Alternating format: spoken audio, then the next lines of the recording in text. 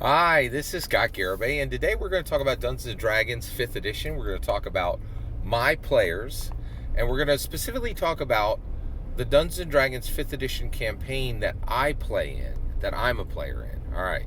So, and it's called the Fallen Greenwold Camelot campaign, and I want to kind of give you a structure of it and just give you some of my thoughts on it. Okay. So I have a Sunday game. We run from 6 p.m. to 10 p.m.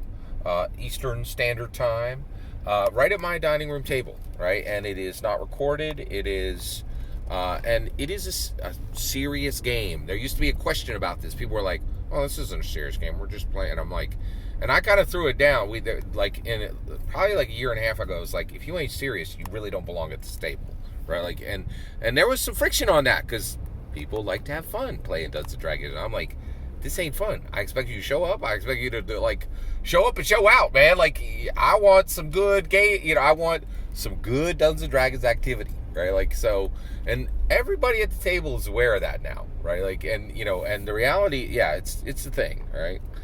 So, and we have, and actually right now we are running with man, this thing is running smooth as glass on, as something sliding across oiled glass. It is very smooth, right?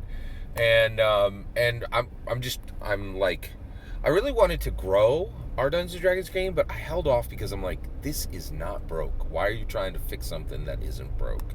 And so I'm just kind of trying to settle in and enjoy, and this pretty much a utopia that we have right now, and I'm really enjoying it, right? So we run Sunday 6 to 10 p.m. There's a 6 to 8 p.m. slot, and there's an 8 to 10 p.m. slot. And the way it runs is you get 4 weeks as a dungeon master, and you can run whatever you want. And every other dungeon master at the table then becomes a player in your game, and you have 4 weeks of a two-hour session. So you have 8 hours per story arc, and you can run whatever you want. So currently, one of my players, the dedicated player, I have three player types at my table. I have a power gamer, I have a role player, and I have a dedicated player, right? And the dedicated player is running Fallen Greenwold. If you're not aware, Greenwold is a third-party 5e world, okay? The Fallen part is like another segment for it. And then this dedicated player is the dedicated dungeon master here, and I am a player in their game. I play Koal Hopthorn, who is a Harengon. Who is a Harengon, right? And a Harengon rogue, right? Specifically a Harengon rogue. And it's a great game. I've really been enjoying it. But this dedicated dungeon master, his world is very distinct, right? And I'm really loving it. So basically, what he does is so basically the world is it's just like Faerun. Think of Faerun. So we have all the traditional token races. He does allow other races in there, but the core races are human, elf, dwarf, right? And of course, because I'm running a Harengon, so of course he does allow other people or other races in there. And the only reason I'm calling that out is like it's a big thing in the OSR now, right now. Like, oh, it's really important I restrict races, which I'm like, it's a bad flag. I don't know why you guys want to do that so much, right? So, and I really appreciate that because if the dungeon master was like, each of us gets to run what we want. We don't ask anybody, right?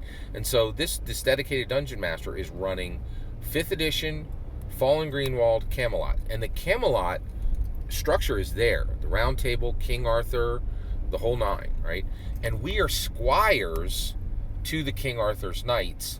And the entire campaign is King Arthur trying to collect 7 magical swords, which have the power to overthrow and even kill him before his opponents can collect them and use them to dethrone him, right?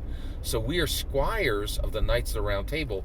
However, get this, right? King Arthur is a human, but all of the knights right now are dragonborns, right? So all of the King Arthur's knights are dragonborns. Oh, and I'm sorry. King Arthur presents as human, but he is a dragonborn, and I think he presents as human in order to kind of rule the realm. So it's a really, and so the things I really love about this campaign is, one, it's this very beautiful, very specific, very unique vision of this dungeon master. He knows exactly what he wants to put down. He knows how he wants this world crafted, and it's unique. There's really nothing like it, right? And so it's really unique, and I just wanted to share it with you. It's I'm playing in this game. We're in the third arc, right? So he's using his new story arc to do a third tale in the fallen Greenwold Camelot world. And so this is the third story arc that we've run through. It's brilliant. It's beautiful. I love it. And I just wanted to share it with you. Thanks for letting me share it with you. I'd really love to hear what your Dungeons & Dragons 5th edition campaigns how are they structured? What's unique about them? Where is your Dungeon Master bringing this very unique, very personal vision? I'd love to hear what's happening in your games. Let me know in the comments below. Please consider liking and subscribing, and have a wonderful millennium.